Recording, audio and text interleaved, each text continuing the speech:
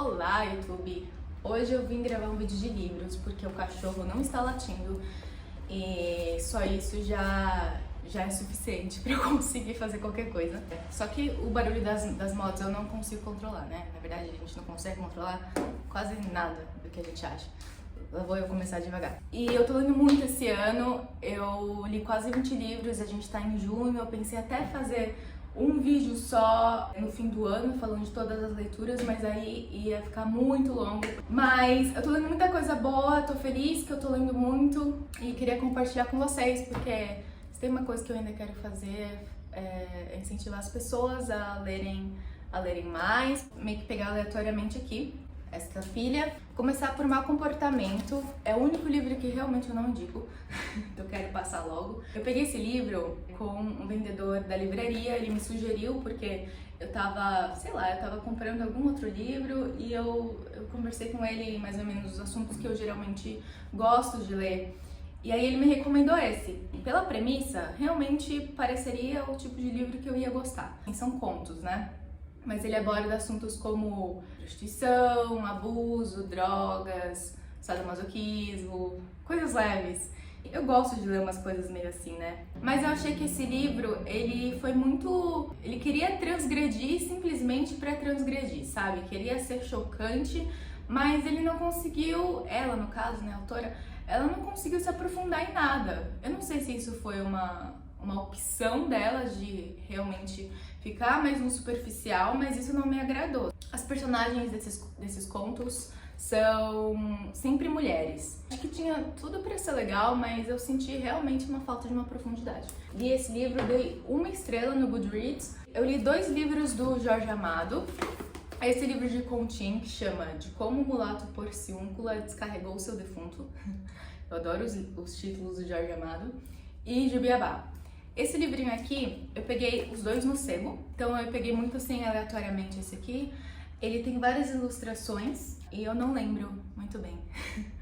Ele não foi um livro memorável, né? Mas eu lembro que eu curti esse. Foi, sabe, você termina uma leitura e fala, ah, ok. Eu gosto muito de Jorge Amado, só tinha lido Capitães da Areia e A Morte de Quincas Berro d'Água, que eu tinha adorado. No Jubiabá, a gente tem vários aspectos que geralmente são recorrentes na obra do Jorge Amado.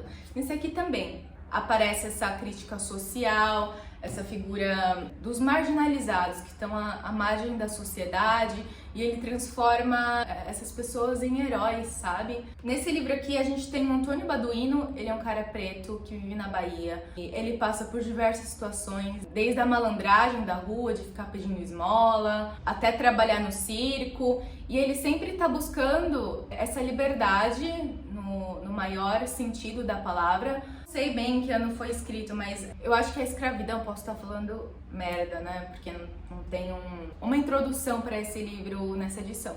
Me parece uma época em que a escravidão tinha acabado meio que recentemente, só que ela ainda existia lá de alguma forma. O Antônio Baduino, ele sempre tá lendo esses jornais, esses ABCs, né? Que é o termo que ele usa aqui pra época, lendo sobre notícias de outros caras pretos que lutavam boxe e faziam coisas renomadas, que é onde ele queria alcançar. É meio contraditório, porque o Antônio Baduino, ele tem vários defeitos, mas a gente torce muito por ele. O Jubiabá, ele é um personagem secundário nesse livro, eu não entendi também porque ele deu o título de Jubiabá. Sim, ele é um personagem importante, mas eu não acho que a esse ponto. E ele é um pai de santo, que vez ou outra ele aparece lá, dando alguns conselhos. E também não foi um livro que eu amei, foi um livro que eu achei que foi importante pra conhecer mais sobre. Nossa, esse livro aqui, ele mexeu com a minha cabeça, viu? Te contar. Chama Nenhum e 100 Mil, do Luigi Pirandello. Ele é italiano. E a gente tem o Moscarda. O Moscarda, eu não lembro a profissão dele, mas ele tinha algum cargo, assim, bem formal, sabe? E um dia, a mulher dele percebe que o nariz dele, ele é ligeiramente torto para um dos lados. E a partir daí, ele entra numa crise existencial ferrada, no nível que ele fica se questionando como as pessoas o enxergam, que não é o mesmo modo como ele próprio se vê. Então, ele chega à conclusão de que cada contato que ele tem com determinada pessoa, X, Y, Z, cada um vai enxergar ele de uma certa maneira. Até porque as pessoas têm diferentes experiências, histórias familiares, personalidades, mil coisas que a troca com uma pessoa vai ser única, certo? Então você é percebido de maneira diferente. Tanto que a gente sempre tem aquele determinado amigo que geralmente a gente faz certo tipo de rolê, outro que a gente sempre conversa sobre outros assuntos, então ele entra nessa noia de que ele não é visto da maneira que ele gostaria, da maneira que ele se sente. Eu comecei a criar esse hábito de escrever no fim dos livros as minhas impressões, até pra eu conseguir lembrar melhor, então eu vou falar algumas coisas aqui. Vou fazer uma pequena cola, tá, gente? Porque a minha memória também não é perfeita. Então, é um livro que fala muito de identidade. E a partir desse momento que ele entra nessa questão, ele percebe como existem inúmeras realidades e inúmeras verdades. Então, a gente não pode tomar nenhuma como verdadeira, porque a gente só experiencia de acordo com as nossas vivências. Então, é muito egoísta e um olhar muito fechado você acreditar que só a sua vale. Uma frase legal também que eu anotei aqui é que a noção do eu é a partir de tu, que a autoimagem é composta por pedaços dos outros. Isso é muito verdade. Eu acho que muito de como a gente se enxerga é a partir de como os outros nos enxergam, a gente vai coletando aqui e ali. Eu achei que em alguns momentos ficou um pouco repetitivo, porque parece que ele fica toda hora meio que falando a mesma coisa de maneiras diferentes, mas eu gostei muito da ideia e eu recomendo para quem gostou dessa mensagem. Queria falar de 2 livros da mesma autora, que é a Aline Bay. Primeiro, A Pequena Coreografia do Adeus e O Peso do Pássaro Morto. E esse livro aqui, ele equivale a 5 sessões de terapia intensas. Ainda mais se você for um filho do divórcio, se você tiver pais separados, sabe? Porque ele mexe muito com a infância, na verdade os dois mexem muito com a infância, mas esse particularmente eu gostei mais. A gente tem a Júlia, como eu falei, os pais dela se separam, ela começa a ter uma relação complicada com os dois pais, tanto com a mãe quanto com o pai. A mãe, ela é aquela figura meio narcisista, desconta as frustrações na própria filha, dificilmente tem alguma expressão de amor mesmo, e ela sempre fica recriminando a Júlia, enfim. E o pai, a partir da separação, ele vai abandonando ela aos poucos. Na verdade, os dois pais, eles recaem na Júlia em um lugar de abandono. Então esse livro é sobre abandono também. Depois isso vai repercutindo na vida dela adulta, em outras relações. O pai, ele vai se distanciando cada vez mais e parece que ele enxerga a Júlia como uma extensão da mãe. Mais do que só ter pais separados, eu acho que muita gente vai se identificar, porque por mais que você não tenha tido pais separados, eu não acho que só pessoas que têm pais separados vão se identificar com esse livro, até porque muita gente, a maioria, gente, vamos ser sinceros, a maioria das pessoas tem algum problema com o pai. Pai que eu digo, pai ou mãe, né? Ou os dois.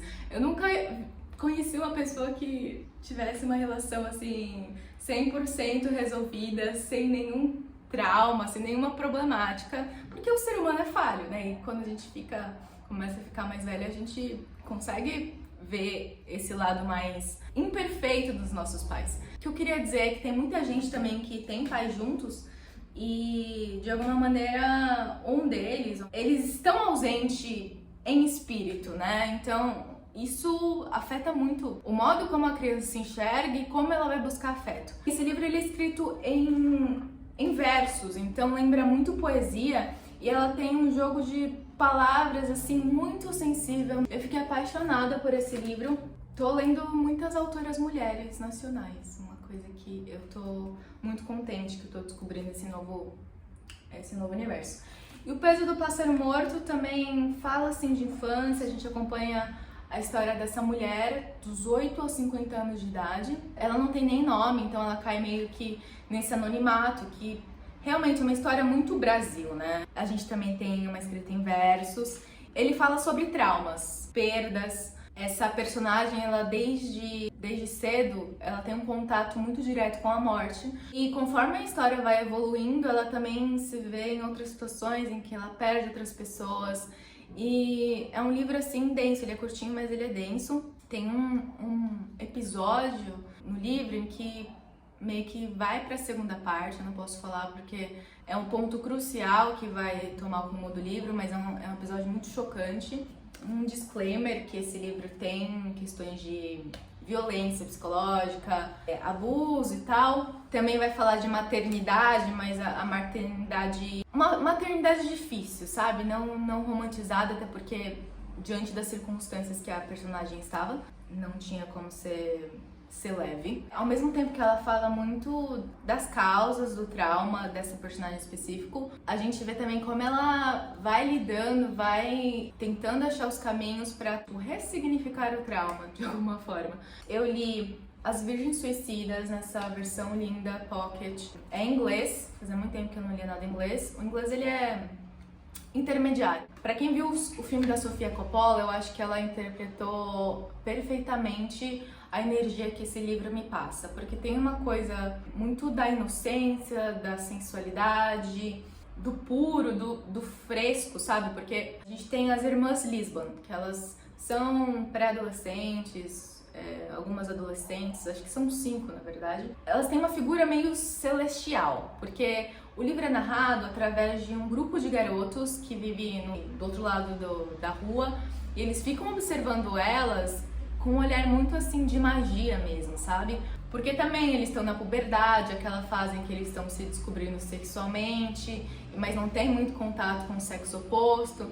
Então tem toda essa coisa meio misteriosa, além do que essas irmãs mesmo, pouco se sabe sobre elas.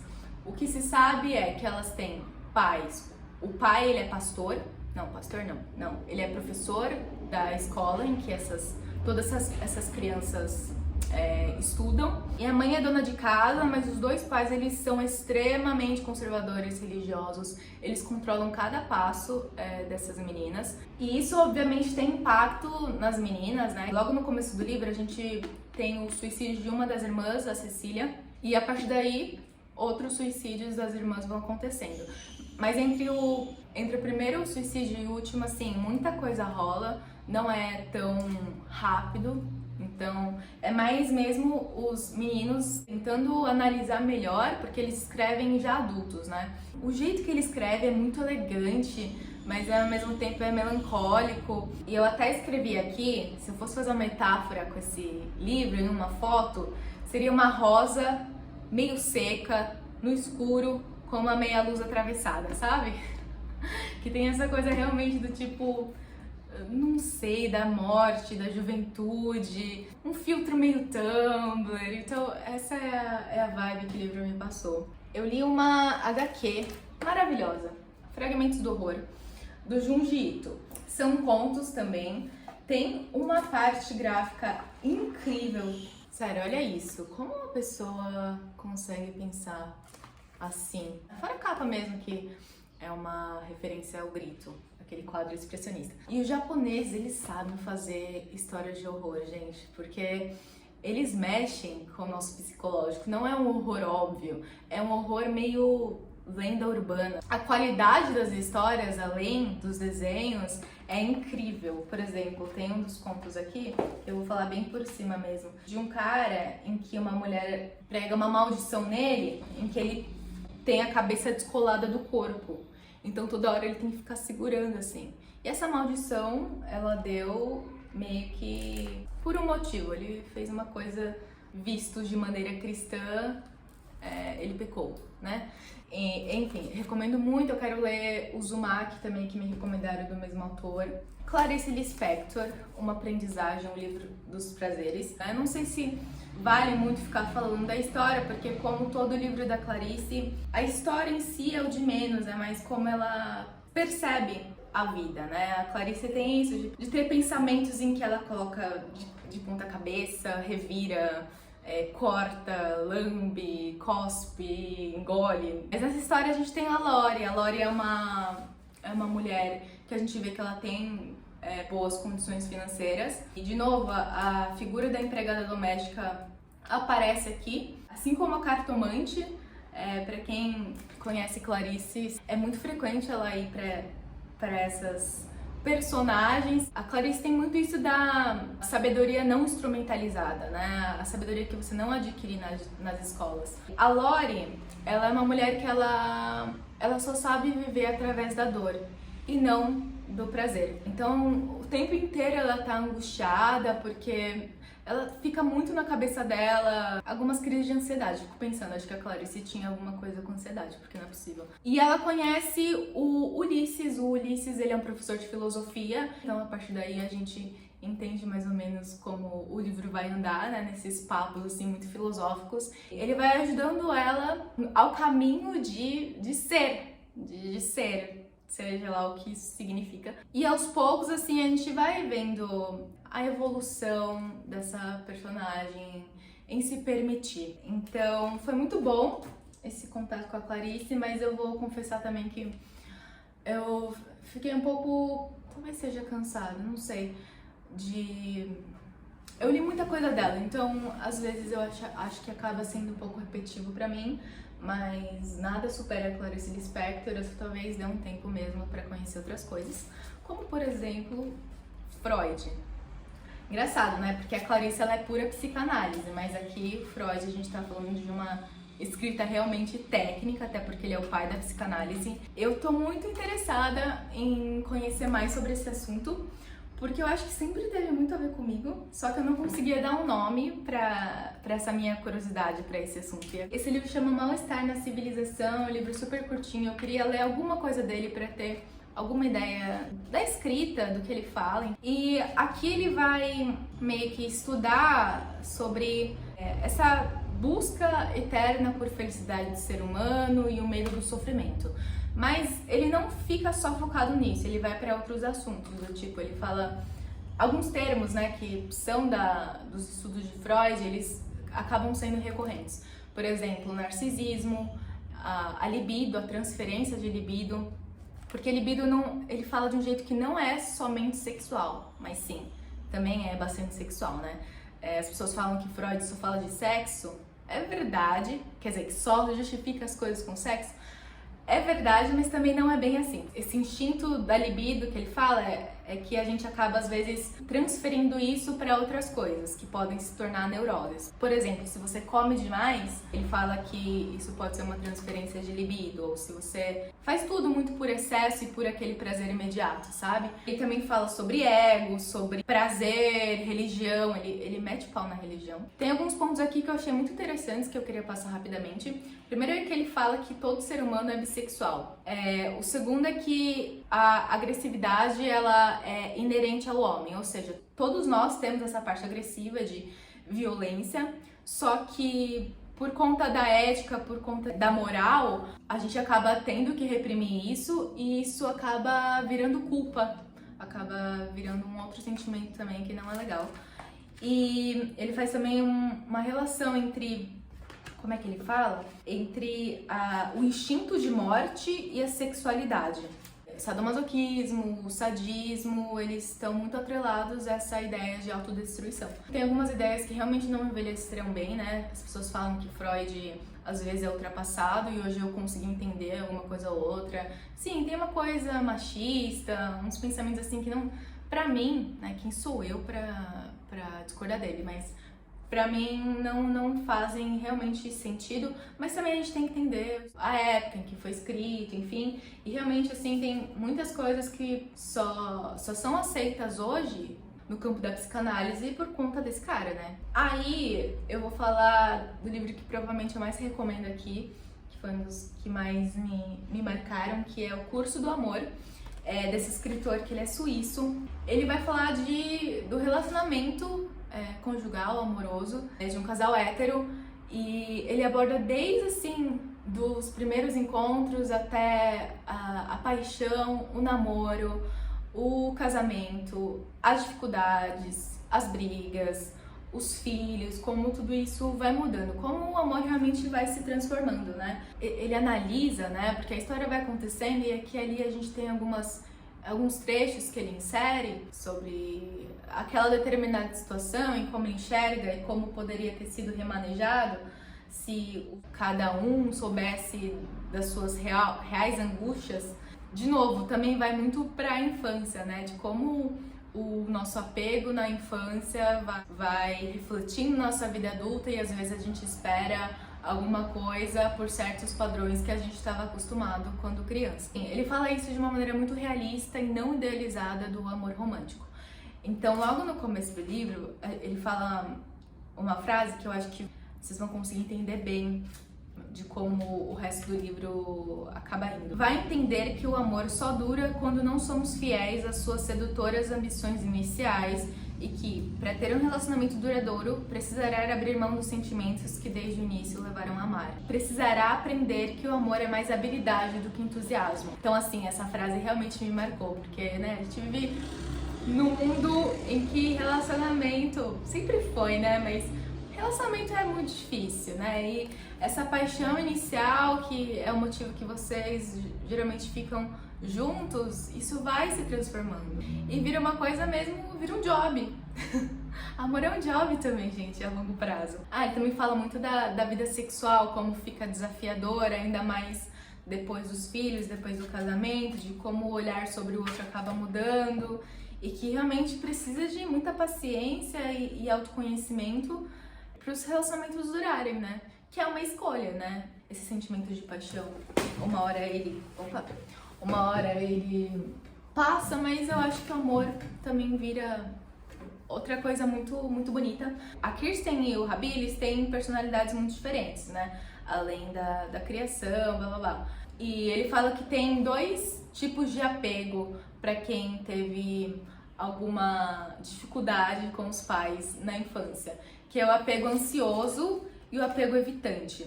A pessoa ansiosa tende a checar diversas vezes o parceiro, a ter explosões de ciúmes e a passar muito tempo da vida dos dois se questionando de que o relacionamento não é mais íntimo. A pessoa que opta pelo comportamento evitante, por sua vez, fala de uma necessidade de espaço, gosta de estar sozinha e em determinados momentos pode se mostrar refratária às exigências da intimidade sexual. Tem uma questão ou outra, talvez, que não bata tanto, mas eu tenho certeza que você se vê, talvez, certeza talvez, ótimo. Possivelmente você se vê em algum desses tipos de apego, ou você já se relacionou com alguém em que você enxerga um desses apegos. É um livro, assim, que realmente mudou a minha forma de enxergar o amor e de como a gente acaba colocando muito das nossas frustrações e das nossas necessidades, quando na verdade não é totalmente responsabilidade do outro, né? E por último, queria falar, o último livro que eu li, eu tô lendo agora O Alienista, do Machado de Assis, mas daí eu comento em outro vídeo, que ele aborda sobre a loucura, de como a loucura pode ser contestada, né? O que é loucura? Depende muito. Aqui Tudo é Rio, da Carla Madeira, é um livro polêmico, porque ele divide muito as opiniões. Eu sou do time que eu gostei mesmo desse livro, mas eu entendo porque esse livro tem assuntos delicados de violência psicológica e física, que eu acho que pode bater bem errado para algumas pessoas, porque tem gente que acha que ela romantiza essas situações. Eu não concordo, mas também eu não passei, né, por nada disso, então eu não sei como me pegaria se eu tivesse vivências parecidas, mas enfim. Nesse livro a gente tem um triângulo amoroso, que é a Lucy, ela é uma prostituta, e é uma prostituta que gosta do que faz. Eu achei isso muito incrível, porque é o desejo da mulher, a libido da mulher mostrada assim, de forma escancarada e livre, né? E é uma coisa assim que acaba chocando uma mulher que gosta de sexo e gosta de ser prostituta. Exatamente o que eu estava falando do mau comportamento, que fala desses assuntos e não tem profundidade. Por outro lado, no livro da Carla a gente realmente tem. E uma profundidade também dos personagens. Ela pega cada personagem e fala do histórico familiar, e a gente passa a entender muito mais o lado falho desses personagens, que são extremamente falhos. Mas então, a gente tem a Lúcia, essa prostituta, que ela é desejada por toda a cidade, que todos os homens caem nos pés dela. E temos o Venâncio e a Dalva. O Venâncio e a Dalva, eles são um casal e a Lucy meio que entra no meio dessa história. E o jeito que ela conta é uma linha do tempo toda desordenada que depois as partes vão se encaixando. E é o tipo de livro que tem várias reviravoltas. Eu realmente não estava esperando por esse fim e eu ficava arrepiada mesmo, sabe? O jeito que a Carla Madeira escreve também é muito poético, mas é diferente da Aline Beia. Eu acho que a Aline Beia tem uma poesia até meio, às vezes, que me lembra a Rupi Kaur. E a Carla Madeira não, tem um lirismo... Ai, eu não sei nem explicar, é realmente indescritível. Ela faz muito, né, as associações com a natureza. É muito lindo. E a mãe da Dalva, a Aurora, é uma das melhores personagens. A ternura, a gentileza que ela tem, mas ao mesmo tempo ela é uma mãe muito firme, assim. É uma personagem que tocou meu coração. E o livro, ele acaba falando muito de Deus, sabe, também. De fé, mas não de religião. Mas é isso, gente. Espero que vocês tenham gostado das minhas dicas. Quero também saber o que vocês estão lendo. E a gente se vê algum dia aí. Beijão!